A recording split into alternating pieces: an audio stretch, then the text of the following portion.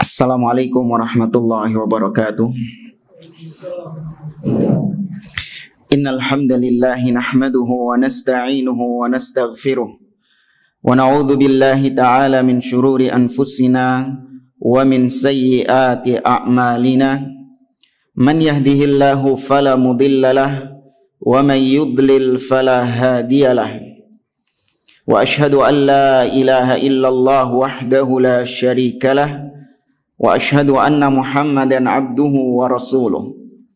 Ya ayyuhalladzina amanu taqullaha haqqa tuqatih wa la tamutunna illa wa antum muslimun. Ya ayyuhan nasu taqu rabbakumul ladzi khalaqakum min nafsin wahidah wa khalaqa minha zawjaha wa batha minhuma rijalan katsiran wa nisaa'a wattaqullaha alladzi tasaaluna bihi wal arham innallaha kana 'alaikum raqiba. Ya ayyuhalladzina amanu taqullaha wa qulu qawlan sadida yuslih lakum a'malakum wa yaghfir lakum dhunubakum wa may yuti'illaha wa rasulahu faqad faza fawzan 'azima. Amma ba'd, fa inna asdaqal hadithi kitabullah wa khairal hadi hadi Muhammadin sallallahu alaihi wasallam wa syarral umuri muhdatsatuha wa kullu muhdatsatin bid'ah wa kullu bid'atin dhalalah wa kullu dhalalatin finnar. Ma'asyiral muslimin, ikhwani fillah wa akhwati rahimani wa rahimakumullah. Alhamdulillah, segala puji bagi Allah Subhanahu wa taala yang karena limpahan nikmat dan taufiknya kita dipertemukan kembali oleh Allah dalam kajian kitab Al-Bid'ah wal Mubtadi'ah wa khataruhuma 'alad din. Bid'ah dan pelakunya beserta bahaya keduanya bagi agama, oleh Fadilatul Syekh Ad-Doktor Abdul Aziz Ar-Rayis hafizahullah ta'ala. Kita mengulangi lagi apa yang disampaikan oleh beliau di halaman yang ketiga berkaitan dengan syubhat sebagian orang yang anti atau alergi terhadap membantah ahlil bid'ah dengan berbagai macam alasan. Ya, di sini beliau hanya menyebutkan salah satu alasan sebagian orang alergi, fobi dengan bantah-membantah dengan rudud. Itu disebabkan karena orang yang dibantah, ahlil bid'ah yang sedang dibantah, itu punya hasanat, punya kebaikan-kebaikan yang banyak.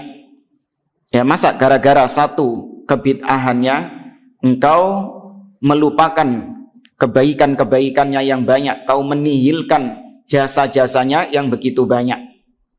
Ya, kita lihat di sini di halaman yang ketiga yang paling bawah, beliau mengatakan, wa ba'd ayyuhal qari' al-karim, wahai para pembaca sekalian, qad fashat fi zamanina aqwalun li ba'dil mubtadi'ati sarihatal mukhalafah lil kitabi was sunnah wa ma alaihi salaful ummah. Kata beliau, di zaman sekarang telah menyebar, zaman kita sekarang, ucapan-ucapan dari sebagian ahlil bid'ah yang terang benderang, sangat jelas sekali menyelisihi Al-Quran dan sunnah dan apa yang dipahami oleh para salaf.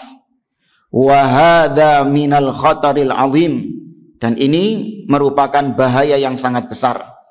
Ya, terlebih di zaman medsos seperti sekarang, ya, ahlul bid'ah semakin semakin luas penyebarannya, semakin bebas mengekspresikan kesesatannya, mengumumkan kebid'ahannya. Maka ini kata beliau bahaya yang sangat besar. Alladzi yuhaddimu sarhas sunnah wa ahlaha hadman. Yang mana bahaya ini, ya, banyaknya ahlul bid'ah ini, itu bisa menyebabkan atau bisa menghancurkan bangunan sunnah dan orang-orang yang di atas sunnah itu. Wal akhbaru min hadza wal asyad, dan yang paling berbahayanya dan yang paling dahsyat, annaka tara ba'dal muntasibina lis sunnah was salafis salih yudafi'u an haula'il mubtadi'ah. Ini yang paling berbahaya, bukan ahli bid'ahnya saja yang berbahaya. Ada yang lebih berbahaya adalah orang-orang kau akan mendapati orang-orang yang menisbatkan diri kepada sunnah, menisbatkan diri di atas manhaj salaf. Namun mereka ini membela mati-matian ahli bid'ah, mendukung, menyupport, bahkan gak terima kalau ahli bid'ahnya ini diluruskan atau dibantah. Bihujjah, dengan alasan annalahum hasanat, bahwasanya si ahli bid'ah ini kan punya kebaikan yang banyak. Ya, jangan kereng-kereng jadi orang, jangan kaku-kaku jadi orang. Ya, masa gara-gara satu kebid'ahan saja, wah sudah hilang semua kebaikan-kebaikannya. Wa annahum hadamuddin, dan bahwasanya ahli bid'ah ini mereka punya jasa yang besar di dalam agama ini. Mereka banyak memasukkan orang ke dalam Islam. Inti apa jasanya? Nah, itu hitung-hitung jasa biasanya gitu. Ya, ahli bid'ah yang sedang kita bantah itu jasanya luar biasa. Ya, dia bangun masjid, ya dia menyantuni anak yatim, ya dia Masya Allah luar biasa jasanya. Sedangkan ahlus sunnah yang membantah si ahli bid'ah tadi dikatakan, lah inti jasanya apa sama umat? Bisanya cuman nyinyiri, bisanya cuman membantah saja, ya tidak ada jasa terhadap umat. Nah ini syubhat. Ya, insya Allah nanti akan kita tambahkan materi dari ucapan Syekh Abdul Aziz Ar-Rayis yang lain. Kata beliau, faya subhanallah, maha suci Allah, mata kanat hasanatur rajul tamna'ut tahdhir minhu atau tamna'ut tahdhir minhu. Kata beliau, sejak kapan jasa seseorang, ya kebaikan ahli bid'ah itu bisa mencegah dia dari dibantah atau ditahdzir. Jadi seorang yang di atas kebid'ahan itu harusnya aman, dia nggak boleh dikritik, nggak boleh diluruskan, karena dia punya tembok penghalang. Apa tembok penghalangnya? Jasanya itu, kebaikannya terhadap Islam dan agama itu. Ya. Jadi kalau ada kebaikannya yang nggak bisa dibantah, kata dia, nggak bisa dikritik, nggak bisa diluruskan, karena dia punya hasanat, dia punya kebaikan yang banyak.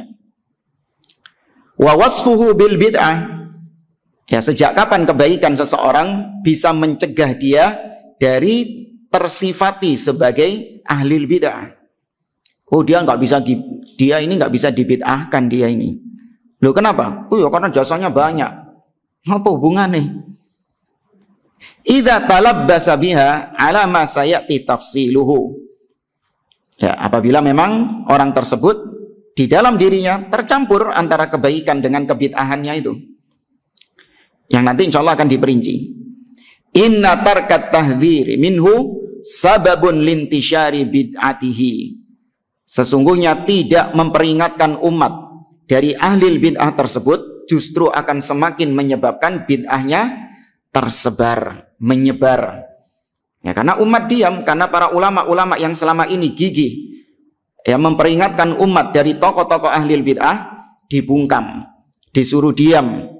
Ya, tidak boleh mengkritik ahli bid'ah karena dia punya banyak kebaikan-kebaikan. Maka ini bisa menyebabkan kebid'ahan, kesesatan si tokoh ahli bid'ah tersebut semakin menyebar. Wal bid'ah kama sabaqa tahdimuddin hadman. Dan bid'ah seperti yang sudah disampaikan sebelumnya itu bisa menyebabkan bangunan agama menjadi hancur. Ya, pondasi-pondasi agama jadi runtuh gara-gara bid'ah tersebut. Wa maslahatu hifdz syariah muqaddamatun ala kulli maslahatin. Dan kemaslahatan menjaga syariat ini, menjaga agama ini, itu lebih diutamakan daripada semua maslahat-maslahat pribadi. Ya, menjaga kemaslahatan agama, menjaga agama lebih didahulukan daripada menjaga individu. Kan orang ketika membantah ahli bid'ah, membantah tokoh-tokoh kesesatan, ya mereka beralasan, kan kau merusak kehormatan dia. Ya, dengan kau membantah, memperingatkan umat dari kesesatannya, itu sama saja kau sedang merusak kehormatan fulan yang sedang kau bantah ini. Maka kita jawab, Justru fulan yang merusak kehormatan agama. Justru fulan yang merusak agama. Maka kehormatan siapa yang lebih layak untuk kita jaga? Kehormatannya fulan, si tokoh ahlil bid'ah itu, atau kehormatan din? Kehormatan agama yang lebih layak untuk kita prioritaskan. Bal wa dzakara bal wa dzikru hasanatil mubtadi' fi maqamir rad sababun li'it'afir raddi alaihi. Ini sudah kita sampaikan. Menyebutkan kebaikan tokoh ahlil bid'ah, ya, ketika kita membantah ahlil bid'ah, kita sebutkan kebaikannya juga, ini justru akan melemahkan bantahan kita. Ya, ini sudah kita sampaikan di pertemuan sebelumnya. Lidza la tajidus salaf yattabi'una dzalik fi rududihim 'alal mubtadi'ah. Oleh karenanya engkau tidak akan mendapati dari para salaf, para ulama-ulama salaf, mereka menyebutkan kebaikan-kebaikan tokoh ahlil bid'ah ketika membantah mereka. Itu tidak disebutkan kebaikannya. Meskipun mereka punya kebaikan yang banyak, tapi tidak disebutkan satupun, karena ini dalam rangka untuk memperingatkan umat agar umat menjauh dari ahlil bid'ah tersebut. Nah, kalau disebutkan kebaikannya, maka kesesatannya ini akan tenggelam gara-gara kita menyebutkan kebaikan-kebaikannya. Ya, fulan ini, misalnya kita menyebut satu tokoh kesesatan. Ya, fulan ini dia itu memiliki pemikiran khawarij. Ya, dia memberontak atau mencela pemimpin kaum muslimin, bahkan mengkafirkan pemimpin kaum muslimin. Ya, sudah, itu tok yang kita sebutkan. Tapi meskipun demikian, fulan ini hafal Quran. Ya, dia ini hafal kutubus sittah katakanlah. Ya, dia ini rajin sholat malam, rajin puasa, dia juga berbakti sama kedua orang tuanya, dia banyak menyantuni orang-orang miskin, dia banyak ini. Nah, ini antum lupa nggak tadi sama kesesatannya? Lupa, sudah terkubur dengan kebaikan-kebaikannya tadi.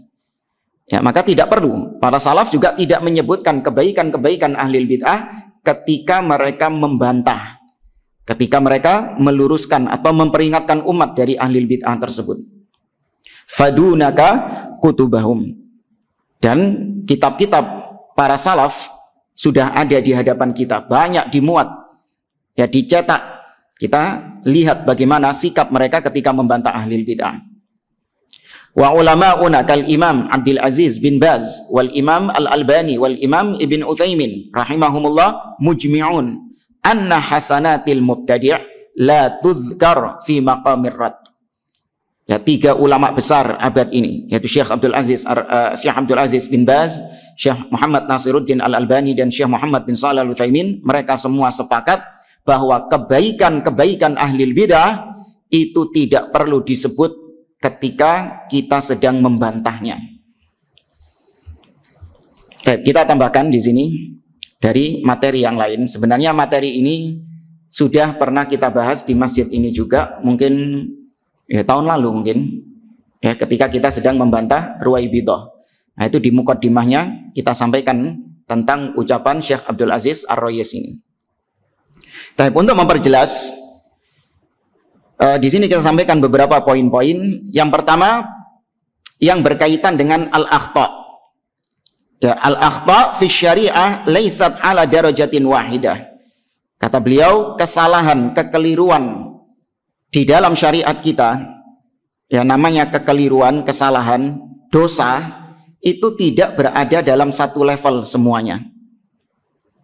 Ya, akan tetapi kata beliau, hunaka akhta yasughul khilafu fiha, ada kesalahan-kesalahan, kekeliruan-kekeliruan yang kita boleh toleransi di dalamnya.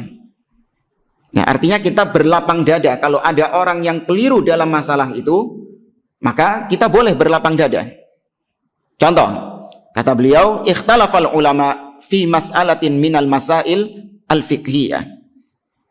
Para ulama khilaf dalam masalah-masalah fikih. Seperti misalnya para ulama khilaf tentang miqdarun naum, kadar tidur yang bisa menyebabkan batalnya wudhu itu seberapa. Antum kalau tidur sak nyutan gini tok wis batal wudhu'e. Ada yang berpendapat demikian. Ya, ada juga yang enggak, harus lebih lama lagi. Ya, tidurnya lebih lama. Kalau nyut gitu dok, itu enggak batal wudunya. Baik, Anda memegang salah satu pendapat. Ya, Anda memegang pendapat bahwasanya tidur yang membatalkan wudu adalah ya tidur meskipun hanya sekejap, itu sudah batal wudunya. Tapi ada teman Anda berbeda pendapat dengan Anda. Dia mengatakan berpendapat tidak. Yang benar adalah ya sampai tidur pules. Ya bukan tidur saknyuan gitu dok. Maka Anda akan menganggap bahwasanya teman Anda ini salah atau benar? Salah. Karena pendapat Anda batal wudhu itu cukup dengan apa? Saknyuan. Oh sih saknyuan ya. Sak seliutan podo aja. Hah? Yes, paham lah. Saknyutan gitu. Ya, karena Anda menganggap pendapat orang lain itu salah.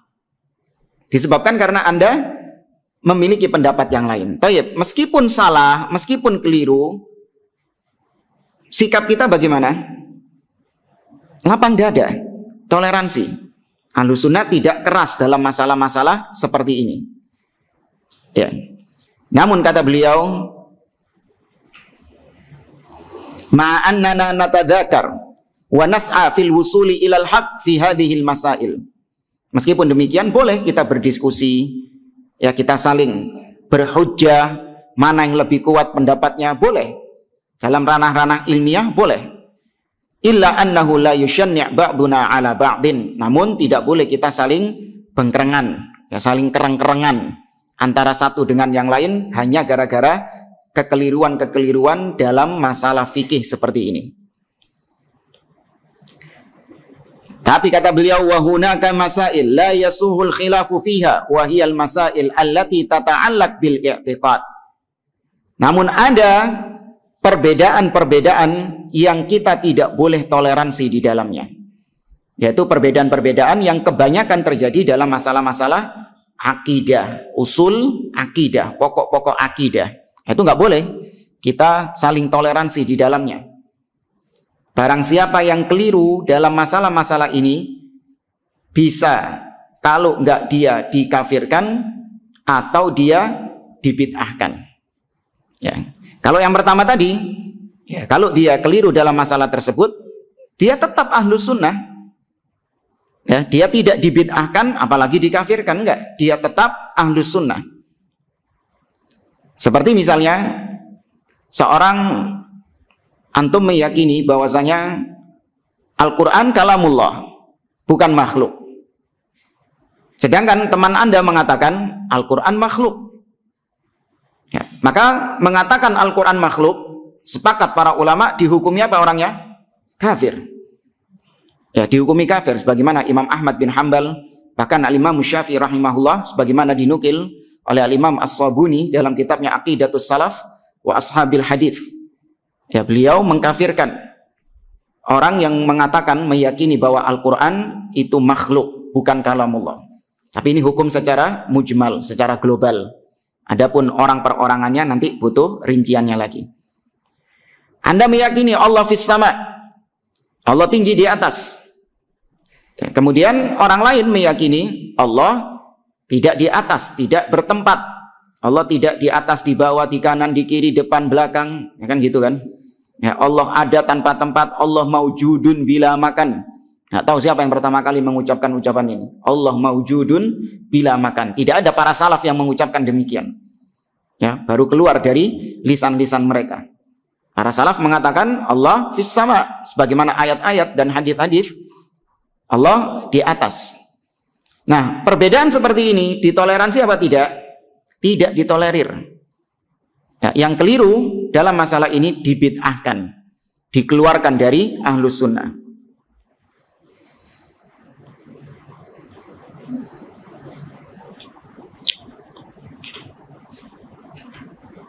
Nah, maka kalau dengan demikian, nah di sini beliau mengatakan, madzabit fit tafriqi bainal masail allati yasuhul khilafu fiha wal masail allati la yasuhul khilafu fiha. Apa sih ketentuannya?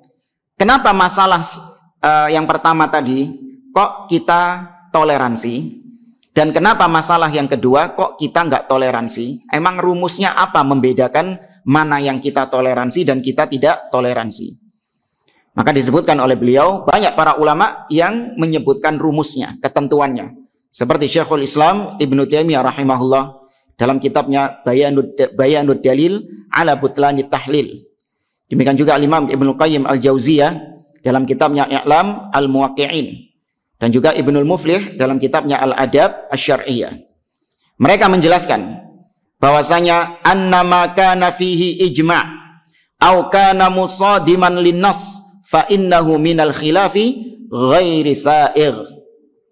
Kalau perbedaan itu terjadi pada perkara-perkara yang sudah ijma', sudah disepakati oleh para ulama perkara tersebut, atau perbedaan itu terjadi pada perkara-perkara yang perbedaan itu terjadi jelas-jelas menyelisihi, menabrak dalil-dalil yang sudah mapan. Maka kalau ada yang berbeda, maka ini termasuk perbedaan yang tidak ditolerir.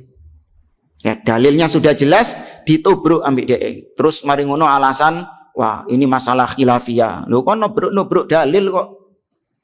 Kau ini menabrak dalil yang sudah terang benderang, yang sangat jelas sekali. Ditabrak sama dia, kemudian ketika dibantah mengatakan, oh ini masalah khilafiyah. Ya, toleransi dong. Ikhtilafu ummati rahmah. Perbedaan umatku rahmat. Ini hadis palsu ini. Ya. Atau sudah ijma, para ulama sudah sepakat. Ya, ditabrak sama dia. Memunculkan pendapat baru. Padahal para ulama sudah sepakat dengan pendapat tersebut, dia memunculkan pendapat yang baru. Nah, orang-orang seperti ini, pendapat-pendapat seperti ini tidak ditolerir. Ya, tidak diberi tempat. Dan harus keras di dalam hal tersebut. Amma idza lam yakun fil mas'alati ijma'un, bal kana fiha khilafun qadimun, aw lam yakun musadiman linnas, fa innal khilafa yu'tabaru khilafan sa'ighan. Namun kalau permasalahan tersebut memang masalah yang tidak ada ijma', ya, permasalahan-permasalahan yang memang para ulama dari dulu sampai sekarang tidak sepakat di atas permasalahan itu. Memang sudah ada khilaf di antara para ulama sejak zaman dahulu. Dan juga permasalahan ini tidak menabrak dalil-dalil yang terang benderang tadi. Ya, dalilnya itu masih umum. Ya, dalil-dalil yang masih multitafsir. Ya, tidak menabrak dalil yang terang benderang. Nah, khilaf, perbedaan pendapat yang terjadi dalam masalah ini, maka ini perbedaan pendapat yang ditolerir. Ya, meskipun kalau kita memegang satu pendapat, ya kita mau nggak mau menyalahkan pendapat yang lain. Cuman menyalahkan di sini tidak mengharuskan apa? Mengkafirkan dan membid'ahkannya. Ya, paham ya jamaah ya? Ya. Nah, kenapa beliau membahas ini? Karena ada sebagian orang yang mengatakan bahwa kullun yukhti, semua orang bisa salah. Ya kan, ketika ada tokoh ahlul bid'ah dibantah, mereka mengatakan kullu bani adam khata'. Ya, semua manusia punya kekeliruan, punya kesalahan. Ya, kan masih banyak kebaikan-kebaikannya yang lain. Kenapa kau hanya fokus sama satu kesalahannya saja? Ya, ibarat seperti ini. Apa yang antum lihat? Hah? Apa yang antum lihat?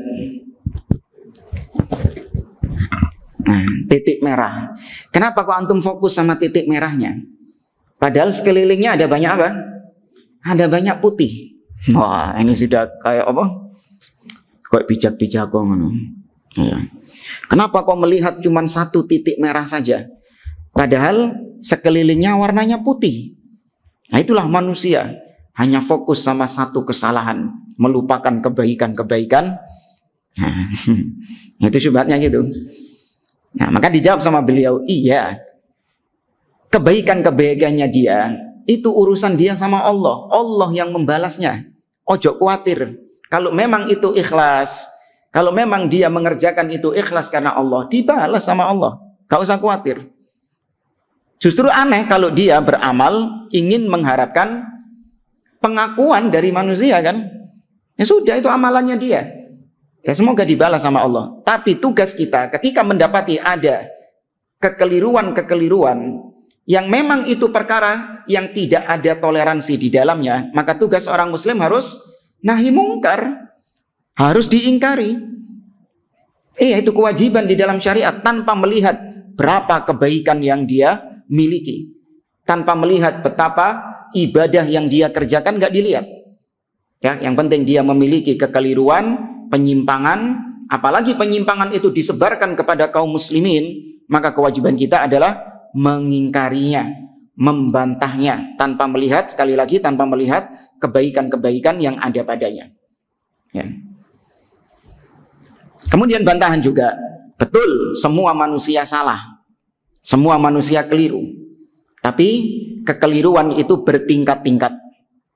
Ada kekeliruan, kesalahan yang bisa menyebabkan seseorang menjadi fasik. Ya, seperti apa? Perbuatan maksiat. Ya, perbuatan-perbuatan maksiat menyebabkan pelakunya fasik. Ada juga kekeliruan yang menyebabkan pelakunya menjadi mubtadi', menjadi ahli bidah. Dan ada juga kekeliruan-kekeliruan yang menyebabkan pelakunya kafir. Ya, satu kekeliruan, satu kesalahan yang dia lakukan dan itu merupakan jenis kekufuran, maka dia dikafirkan enggak? Dikafirkan, dikeluarkan dari Islam. Meskipun ini hukum secara umum. Ya, contoh misalnya ada seorang yang rajin sholat, rajin ibadah, Masya Allah jasanya kepada Islam luar biasa. Namun satu perbuatan dia syirik kepada Allah Subhanahu wa ta'ala. Dia meminta-minta kepada penghuni kubur, berdoa kepada orang-orang yang telah mati. Satu kesalahan menyebabkan apa? Kebaikan-kebaikannya kemarin nggak ada, nggak dianggap sudah. Ya, ini sudah pernah kita permisalkan dengan galon air, masih ingat ya? Dengan galon air yang kecipratan satu percikan air kencing. Ya, satu galon air kena cipratan satu percikan air kencing. Gimana nasib air satu galon ini? Buang. Kayak siram-siram lah, jadi buang emang lumayan buat nyiram tanaman atau apa gitu loh. Ya. Tapi kalau satu tetes air ini, satu galon ini kecipratan air hujan misalnya, ya, kecipratan air hujan, masih antum minum enggak? Masih antum minum. Kecipratan satu tetes kopi, masih antum minum? Tambah seneng mungkin, kurang akeh kopi ini. Nah itu, seorang muslim ketika dia tercampur dengan kekeliruan yang sifatnya maksiat, maka dia masih muslim. Ya. Seorang muslim ketika dia tercampur dengan kekeliruan, kebid'ahan, maka dilihat apakah bid'ahnya ini mukaffirah, ya, bid'ah yang mengkafirkan atau bid'ah yang ghairu mukaffirah. Kalau dia ghairu mukaffirah, maka dia masih muslim. Tapi kalau dia mukaffirah, dia kafir, dikeluarkan dari Islam. Ya, tapi kalau ghairu mukaffirah, dia muslim tapi di atas kebid'ahan alias ahlil bid'ah. Tapi ada juga tadi muslim yang kecampuran sama kekufuran, ya, maka dia menjadi kafir.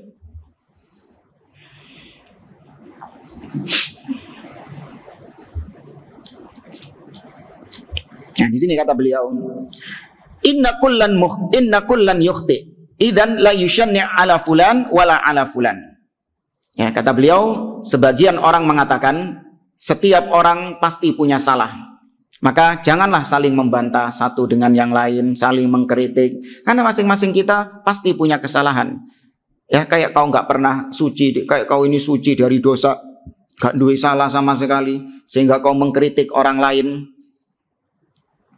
Ya kan? Ada orang-orang yang mempersyaratkan kalau mau mengkritik orang lain, ya itu harus perbaiki dirimu diri. Perbaiki dirimu dulu. Ya, jangan mengkritik orang lain kalau dirimu sendiri masih belum baik. Kalau dirimu masih punya kesalahan, punya kekeliruan, ya jangan mengkritik orang lain. Nah, ini kalimat hak. Tapi yang diinginkan sama dia adalah kebatilan. Betul, kita terus berupaya untuk memperbaiki diri kita. Kita sadar dan kita mengakui bahwa kita banyak dosanya. Kita banyak kekeliruan-kekeliruannya.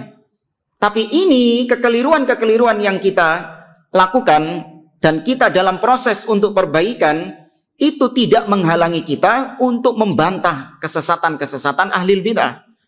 Untuk mengkritik orang lain, untuk memperbaiki orang lain. Nggak menghalangi itu. Jadi jangan dianggap kalau mau mengkritik orang lain, kalau mau nahi mungkar, itu harus perfect dulu. Sampai gak ada dosa sama sekali, gak ada kesalahan sama sekali, baru boleh mengkritik orang lain. Apa ada persyaratan seperti itu? Nggak ada. Ya, harus jadi malaikat dhisik. Ya, harus jadi malaikat dulu. Kalau jadi manusia, kita nggak akan mungkin bisa lepas dari kesalahan. Kullu bani Adam khata'. Allah mengatakan innakum tukhti'una bil-laili wan nahar. Kalian wahai manusia senantiasa berbuat salah, siang dan malam pasti berbuat salah. Maka kalau gitu caranya nggak ada amar ma'ruf nahi mungkar. Nggak ada mengingkari kekufuran, mengingkari kesyirikan, mengingkari kemaksiatan karena kita sendiri masih banyak dosanya. Naudzubillah. Ini ingin mematikan syariat al-amru bil ma'ruf wan nahyi 'anil munkar. Ingin mematikan syariat ini dengan alasan tadi, kau masih banyak dosanya, perbaiki dirimu. Ya, jangan sok-sokan memperbaiki orang lain. Iya, jazakallah khair, kita memperbaiki diri kita. Ya, namun tetap kita juga memperbaiki orang lain. Ya, ibarat misalnya jamaah, ada seorang perokok. Ya, dia perokok. Kemudian dia ngelihat ada anak kecil yang masih umur berapa? 6 tahun, 7 tahun, si SD ngerokok. Boleh nggak orang tua yang ngerokok ini menasehati dan memperingatkan anak kecil ini untuk berhenti merokok? Hah? Boleh nggak? Sah nggak? Ya sah-sah saja. Nggak harus kemudian dia harus berhenti. Memang wajib dia berhenti ngerokok. Harus dia memang yang orang tua ini harus berhenti ngerokok. Cuman tidak dipersyaratkan bahwasanya orang yang ingin mengingkari kemungkaran dia harus suci dulu, dia harus bersih dulu. Nah, yang paling masuk akal dan yang paling ngeh insya Allah antum, dokter. Dokter yang sedang memeriksa pasien, yang ingin mengobati pasien. Apakah dipersyaratkan dokternya ini harus sehat 100%? Ya, yang pernah saya kisahkan kalau nggak salah, nggak tahu di sini atau tempat lain itu. Kita pernah mengantar teman kita ke dokter mata. Ya, matanya sakit. Ya, saya antar ke salah satu dokter. Sesampainya di sana, tahu dokternya seperti apa? Kacamata tebel. Tebel kacamata. Terus kalau ngelihat tulisan itu mencurang-mencurang gitu. Nah, itu dulu kita mikirnya sama seperti kebanyakan orang. Motomu gak beres ini loh. Kok meriksa motone wong. Iya. Matamu sendiri gak sehat, kok bisa kau mengobati mata orang lain? Ya, dandanono motomu dhisik. Tapi dalam hati gitu. Ya, dulu gitu kita. Tapi ternyata orang ini memang punya ilmu, punya keahlian. Ya. Sehingga pasiennya itu banyak. Tidak menghalangi meskipun dia ini matanya nggak beres, tidak menghalangi dia untuk memeriksa mata orang lain. Ya, maka sama seperti ini, tidak menghalangi. Kalau kita banyak kekeliruan, banyak kesalahan, perbaiki, iya perbaiki. Taubat kepada Allah Subhanahu Wa Taala.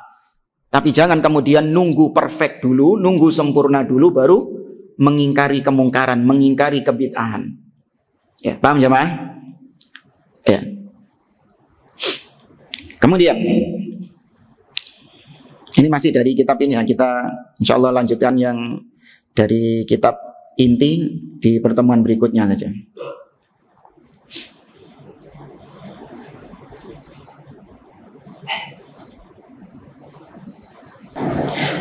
Kemudian kata Syekh Abdul Aziz Ar-Rayis, sebagian orang menolak dengan rudud, dengan membantah ahli bid'ah, alergi fobi. Karena kata mereka bahwasanya membantah ahli bid'ah itu termasuk ghibah. Nah, ketika kita meluruskan ahli bid'ah, tokoh-tokoh kesesatan, kita bantah syubhatnya, kita peringatkan manusia darinya, sebagian orang mengatakan itu ghibah. Ya, maka dijawab sama beliau, yan bagi an yu'lam anna hunaka farqan bainal ghibah wan nasihah. Perlu diketahui bahwa ada perbedaan antara ghibah dengan nasihat. Ya, dan para ulama banyak yang berbicara tentang masalah ini, membedakan antara dua hal. Ya, ghibah sama nasihat. Di antaranya Syekhul Islam Ibnu Taimiyah rahimahullah dalam Majmu' Fatawanya membahas tentang masalah ini. Kemudian juga seperti misalnya Al-Imam Ibnu Abdil Bar dalam kitabnya At-Tamhid. Demikian juga Al-Imam Ibnu Qayyim Al-Jauziyah di akhir kitab Ar-Ruh. Ya, bahkan Al-Imam Ibnu Rajab rahimahullah punya kitab khusus tentang masalah ini, namanya Al-Farqu Bainan Nasihah wa Ta'yir. Pembeda antara nasihat dengan ta'yir, celaan, mencela atau ghibah. Ya, jadi ada sebagian orang yang menganggap kritikan terhadap ahli bid'ah itu sebagai bentuk celaan, mencela fulan. Nah, mencela fulan ini kan berarti menghibah fulan. Maka itu kata mereka nggak boleh. Nah, kata beliau, terus apa barometernya membedakan antara mencela dengan ghibah, mencela dengan nasihat? Maka kata beliau, syaratnya atau rumusnya adalah idza tukullima fir rajul min ghairi maslahatin diniyah wala dunyawiyah hadhihi ghibah wa hiya muharramatun fi syariah. Kalau ada seseorang yang membicarakan kekeliruan orang lain, ya, kan memang ghibah itu artinya kita menyebutkan kekeliruan atau aib seseorang, entah bentuknya kesesatan, penyimpangan, atau kemaksiatannya dia, kita sebutkan atau kita umumkan, kita peringatkan kepada orang. Itu ghibah, yaitu dzikruka akhaka fima yakrah, yaitu engkau menyebutkan tentang aib-aib saudaramu yang dia kalau mendengarnya dia nggak suka disebut-sebut aib tersebut. Nah, kata beliau, kalau ada yang membicarakan seseorang namun tidak ada kemaslahatan agama dan juga tidak ada kemaslahatan duniawi, tapi dibicarakan aibnya hanya sekedar untuk mencela fulan, hanya untuk menjatuhkan harga diri fulan, hanya untuk menjatuhkan martabat fulan karena hasadnya dia sama fulan, disebarkan aibnya. Ya, maka yang seperti ini ghibah namanya. Ya, terlebih lagi aib tersebut pelakunya sudah tobat darinya. Ya, pelakunya sudah bertobat darinya. Tapi ketika dibicarakan tanpa ada maslahat sama sekali di sana, hanya sebatas karena hasadnya dia, karena dengkinya dia kepada orang tersebut untuk menjatuhkan harga diri orang tersebut, maka ini namanya ghibah dan ini haram di dalam Islam. Allah Ta'ala berfirman dalam surah Al-Hujurat, وَلَا يَقْتَبْ بَعْضُكُمْ بَعْضًا أَيُحِبُّ أَحَدُكُمْ أَنْ يَأْكُلَ لَحْمَ أَخِيهِ مَيْتًا فَكَرِهْتُمُهُ. Kata Allah, janganlah engkau sebagian kalian menghibah sebagian yang lain. Apakah kalian mau memakan bangkai saudara kalian sendiri? Tentu kalian tidak akan suka. Ya. Nah, ini na'udzubillah, sebagian orang bermudah-mudahan dalam hal ini. Ya, sudah tahu fulan ini berlepas diri dari perbuatan tersebut, dan itu adalah aib yang dia sudah bertaubat darinya. Tapi dalam rangka untuk menjatuhkan harga diri fulan karena kebenciannya kepada fulan, disebarkan sama dia. Nabi SAW mengatakan, at-taibu minadz-dzanbi kaman la dzanba lahu. Seorang yang bertaubat dari suatu dosa, maka dia di sisi Allah seperti orang yang tidak berdosa sama sekali. Ini ghibah, haram. Tapi kata beliau, amma idza tukullima fihi limaslahatin diniyah wa maslahatin dunyawiyah fahadhihi laisat ghibah. Tapi kalau kita membicarakan aib seseorang karena memang ada maslahat duniawi atau maslahat agama di dalamnya, maka ini bukan ghibah, tapi itu nasihat. Ya, kita membicarakan kesesatan seseorang, yang mana kesesatannya ini memang orangnya belum taubat, bahkan masih di atas kesesatannya. Paham ya? Kesesatan ahlul bid'ah ini, penyimpangan ahlul bid'ah ini, dia belum taubat darinya. Pun kalaupun sudah taubat, tapi kalau kadung menyebar, maka manusia tetap diperingatkan. Manusia tetap diperingatkan. Ini bahayanya kalau kebid'ahan. Ya, orang menyampaikan kesesatan-kesesatan di depan umum. Nah, ini proses pertaubatannya panjang.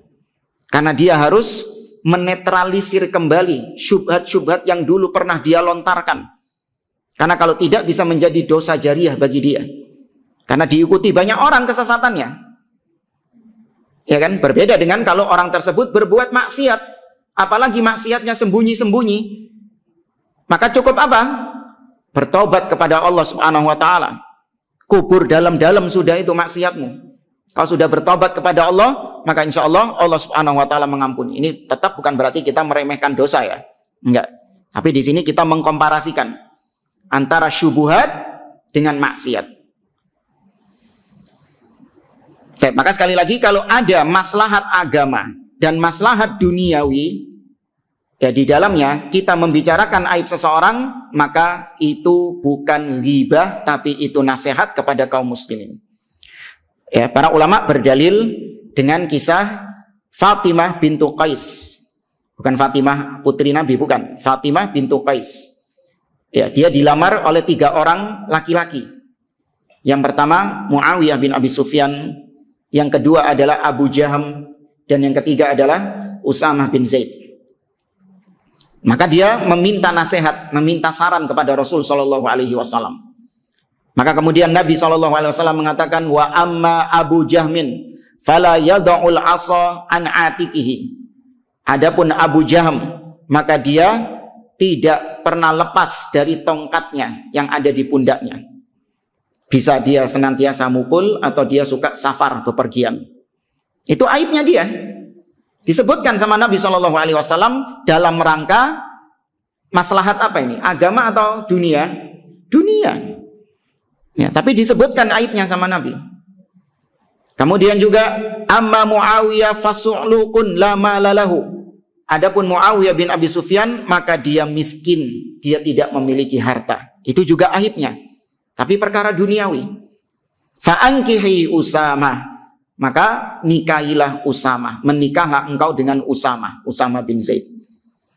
Nah, di sini kata para ulama, idza jazal kalamu fil akharin limaslahatin dunyawiyah wa hiya maslahatun khassah, fajawazu dzalika fi maslahatin diniyah wa maslahatin 'amma min babi aula. Dari hadis tadi, kalau membicarakan aib seseorang dalam perkara duniawi, apalagi itu perkara personal, kan itu maslahatnya cuma maslahat siapa? Fatimah saja. Bukan maslahat umat kan itu kan? Iya, keperluannya Fatimah dok. Kalau ini boleh membicarakan aib orang lain, padahal itu masalah personal dan masalah duniawi, maka tentu masalah agama, apalagi itu masalah umum berkaitan dengan kaum muslimin, maka lebih apa? Lebih boleh. Ya, maka itu lebih boleh. Ya, contoh misalnya dalam masalah duniawi, seperti misalnya ada seseorang yang saya tahu dia itu sedang sakit, menular dengan penyakit menular. Apa kalau kemarin COVID lah misalnya. Dia duduk di sini, di dekat antum sini. Ya, dia duduk di dekat antum sini. Maka ketika saya peringatkan antum, wahai para jamaah Masjid Ibrahim, ya, ketahuilah bahwasanya fulan ini dia sedang sakit, dia punya virus yang menular. Itu aibnya bukan? Aibnya. Maka saya sarankan, saya peringatkan kepada antum yang hadir untuk tidak dekat-dekat, duduk dekat-dekat dengan fulan, tidak bersalaman, cipika-cipiki dengan fulan. Ya, karena dia memiliki penyakit yang menular. Tapi ini riba atau nasihat? Nasihat. Karena ada maslahatnya, maslahat duniawi di situ. Boleh. Ya. Tapi ini yang dikatakan oleh para ulama, bedanya antara ghibah dengan nasihat. Cuman meskipun demikian, seorang bertakwa kepada Allah Subhanahu wa taala agar tidak bermudah-mudahan dalam masalah ini. Harus adil, proporsional. Sebenci-bencinya kita dengan ahli bid'ah, kita harus berbuat adil dengan mereka. Allah Azza wa Jalla mengatakan, "Wala yajrimannakum syana'anu qaumin 'ala alla ta'dilu. I'dilu huwa aqrabu littaqwa." Janganlah kebencianmu terhadap suatu kaum membuat engkau tidak berlaku adil kepada mereka. Berlaku adillah. Sesungguhnya sesungguhnya perbuatan adil itu lebih dekat dengan ketakwaan. Contoh misalnya, antum mengingkari salah satu tokoh kesesatan. Dia banyak menyesatkan umat, menyesatkan kaum muslimin. Dan antum sering membantah dia, meluruskan dia. Kemudian antum tahu, misalnya, bahwasanya dia ini ketahuan minum khamr. Ya, antum pergoki dia minum khamr. Atau antum pergoki dia berzina. Atau antum pergoki dia mencuri misalnya. Ya. Intinya itu adalah kemaksiatan yang dia sembunyikan antara dia dengan Allah Subhanahu wa taala. Antum jadikan bahan enggak untuk membantah dia di depan umum maksiatnya? Tidak. Padahal kita ini sudah apa? Sudah belenek, sudah sumpek sama dia itu. Paham ya maksudnya ya? Ya, antum masing-masing punya lah siapa mungkin tokoh kesesatan. Gak usah jauh-jauh, di negeri kita saja mungkin banyak. Ya, entah dia Syiah Rafidhah atau dia Khawarij, ya, atau dia mungkin Jahmiyah dan yang lainnya.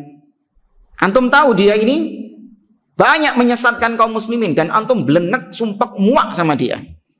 Tapi jangan sampai kebencian antum kepada dia membuat antum gak berlaku adil kepada dia.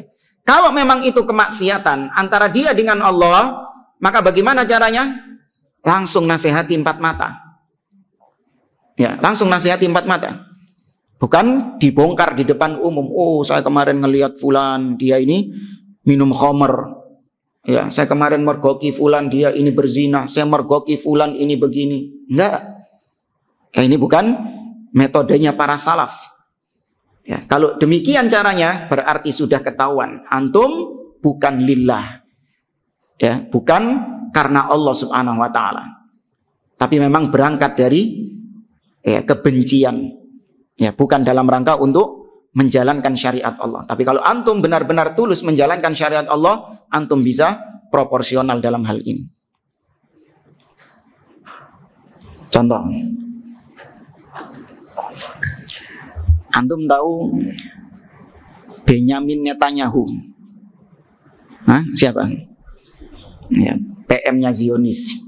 Ya, Perdana Menterinya Zionis yang membantai kaum muslimin di Palestina. Ya. Semoga Allah Azza wa Jalla menolong saudara-saudara kita di Palestina dan membinasakan mereka. Nih Benyamin Netanyahu ini, apa jadinya? Kalau dia berkunjung ke Indonesia, kemudian misalnya ini ya, diizinkan sama penguasa, sama pemerintah masuk ke Indonesia dengan jaminan keamanan. Ya, dijamin keamanannya. Kemudian ketemu antum di Semolowaru. Gimana? Dibunuh? Hah? Boleh dibunuh? Kenapa nggak boleh? Ini kan yang membantai saudara-saudara kita di Palestina. Naam, demikian syariatnya, kafir mu'ahad. Man qatala mu'ahadan lam yaruh raihatal jannah. Barang siapa yang membunuh seorang kafir yang sudah punya perjanjian, dilindungi oleh ulil amri, penguasa, maka tidak boleh dibunuh. Meskipun kita ini apa? Nah, buduk benci mana? Gregetan. Iya, sudah gregetan sudah ini. Ini karena apa? Kita menjalankannya itu lillah, karena Allah Subhanahu wa taala. Maka mengikuti syariat, bukan mengikuti hawa nafsu. Ya, kebencian kita tetap diatur dengan syariat. Betul, kita wajib membenci. Wajib membenci orang kafir, wajib membenci ahli bid'ah, tokoh-tokoh penyesat umat wajib kita benci. Tapi jangan sampai kebenciannya itu menjadikan kita tidak berlaku adil kepada mereka. Berlaku adil artinya melenceng dari syariat. Ya, mengikuti hawa nafsu, mengikuti emosi, nggak boleh. Ya, tetap di dalam bimbingan syariat. Baik, ikhwani fillah rahimani wa rahimakumullah. Saya cukupkan dari materi tambahan. Insyaallah pada pertemuan berikutnya kita lanjut ke halaman yang keempat. Wallahu taala alam. Ya.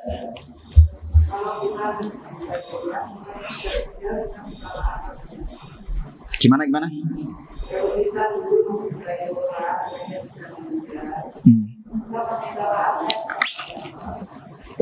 Ya, ketika Anda menghibah seseorang, menjelek-jelekkan seseorang, maka Anda menetralisir apa yang sudah Anda jelek-jelekkan itu.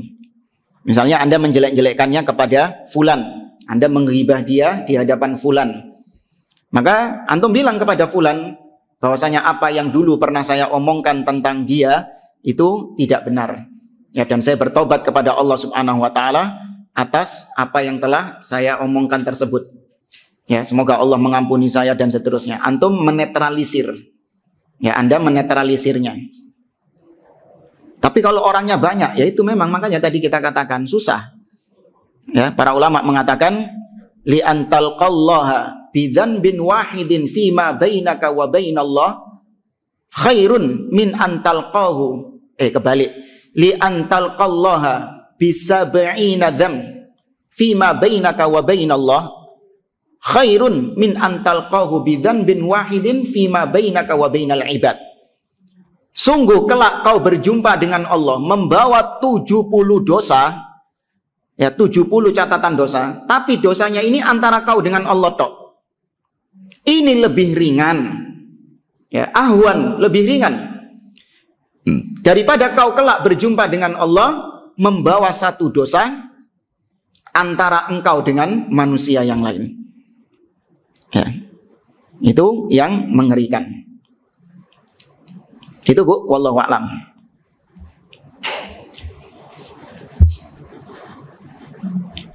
Yang lain cukup? Ya.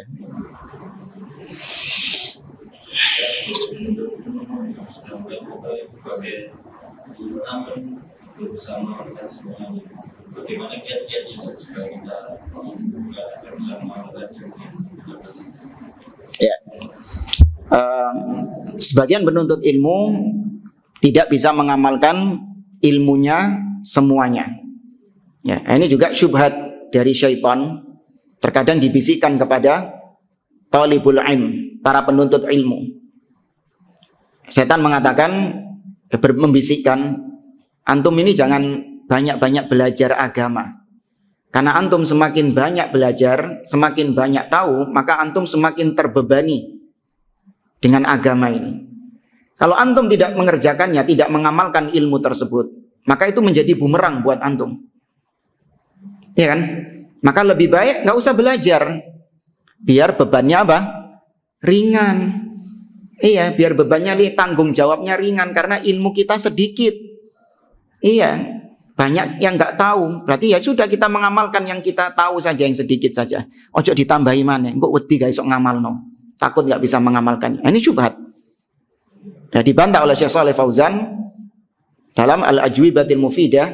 Beliau mengatakan, baqa'uka ala jahlin ma'a wujudil ulama. Kau tetap dalam kondisi jahil, padahal banyak ahli ilmu di sekitarmu. Ini dosanya lebih besar daripada kau tidak mengamalkan ilmumu. Paham jemaah ya? Kita dalam kondisi jahil, nggak mau belajar, padahal fasilitas ilmu kelecehan kalau bahasa kita bertebaran di mana-mana, kita tetap dalam kondisi jahil. Ini dosanya lebih besar daripada kita punya ilmu namun tidak kita amalkan. Ya, dua-duanya nggak benar. Ya, tetap seorang yang memiliki ilmu wajib dia untuk mengamalkan ilmu tersebut sesuai dengan kemampuan. Ya, maka diantara kiatnya adalah meminta pertolongan kepada Allah. Karena la haula wala quwata illa billah. Ya, seorang tidak akan bisa mengamalkan ilmunya kecuali dengan taufik dari Allah Subhanahu wa taala. Seorang guru, seorang ustadz hanya bisa memberikan hidayah apa? Irsyad, hidayah ilmu. Tapi seorang ustadz, seorang guru nggak bisa memberikan hidayah taufik. Maka mintanya kepada Allah Subhanahu wa taala untuk bisa mengamalkan ilmu tersebut. Kemudian yang kedua, luruskan niat ketika menuntut ilmu. Untuk apa kita belajar ilmu ini? Untuk apa kita belajar agama ini? Apakah hanya sebatas untuk koleksi saja? Ya, ilmu hanya sebatas untuk dikoleksi. Ya, supaya kalau ditanya-tanya tentang agama, cek ketok gak longori, gak bahluli ngono. Cek ketok rada intelek sithik ngono lho, weruh agama gitu kan. Cek gak ketok ngobloke gitu. Enggak. Bukan masalah cek gak ketok, enggak. Memang kita belajar ilmu untuk kita tahu jalan kebenaran, jalan menuju surga. Ya, kita belajar ilmu syar'i untuk menyelamatkan diri kita dari kesesatan, dari neraka Allah Subhanahu wa taala. Karena jalan menuju surga itu butuh ilmu. Seorang yang tidak memiliki ilmu, dia akan tidak mengetahui mana jalan ke surga dan mana jalan ke neraka. Nggak ada di maps. Ya, antum buka di maps nggak ada. Jalan menuju surga nggak ada. Ya, adanya di dalam kitabullah, di dalam sunnah Nabi SAW. Ya, kita baru tahu bagaimana kemana jalan ke surga itu dengan kitabullah dan sunnah. Tanpa itu sudah buta, ya, nyasar, nggak akan tahu jalan. Nah, maka luruskan niat ketika belajar ilmu. Wallahu a'lam. Tapi saya kira ini, insyaallah kita lanjutkan di pertemuan yang akan datang. Ya, insyaallah pertemuan yang akan datang tahun depan ya. Iya, karena mungkin untuk Sabtu berikutnya sepertinya libur, tapi nanti insya Allah ada pengumuman dari panitia insya Allah. Kalau memang libur nanti diumumkan insya Allah. Baik, kita cukupkan. Subhanakallahumma wa bihamdik, asyhadu an la ilaha illa anta astaghfiruka wa atubu ilaik. Wassalamualaikum warahmatullahi wabarakatuh.